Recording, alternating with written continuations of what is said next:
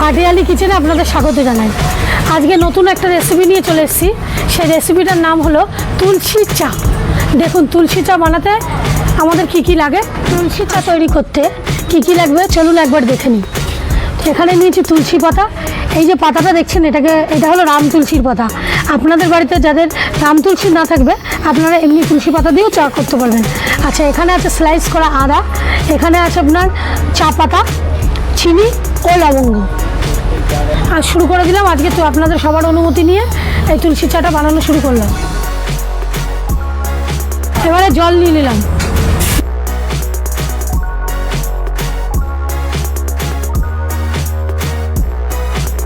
দেখুন, জলটা যখন ফুটে আসবে তখন আগে প্রথমে এই যে লবঙ্গ চারটে ছিল এটাকে একটুখানি সামান্য থেতো করে আপনারা দিয়ে দেবেন। লবঙ্গটা চায়ের উপরে দিয়ে দেবেন, জলের উপরে দিয়ে দেবেন। তারপর আমি আদাটা দিয়ে দিলাম।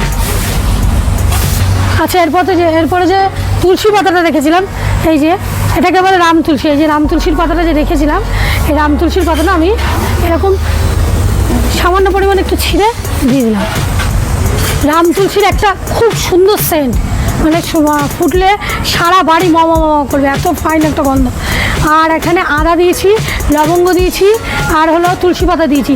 এটা ইমিউনিটি পাওয়ার আমাদের প্রচুর পরিমাণে বাড়িয়ে দেয়। এটা একটা ওষুধেরও কাজ করে।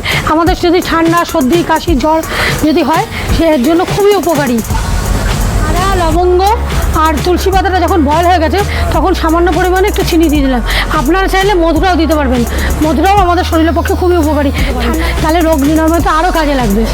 এরপরে আমি হালকা চা পাতাটা দিয়ে জলটা একটু ফুটিয়ে নিলাম।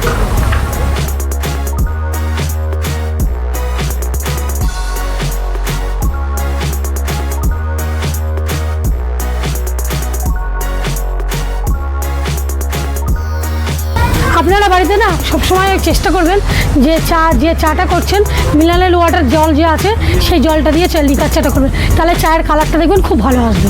তাহলে আমার চাটা তৈরি শেষ হলো, এবার আপনাদের দেখিয়ে দিই।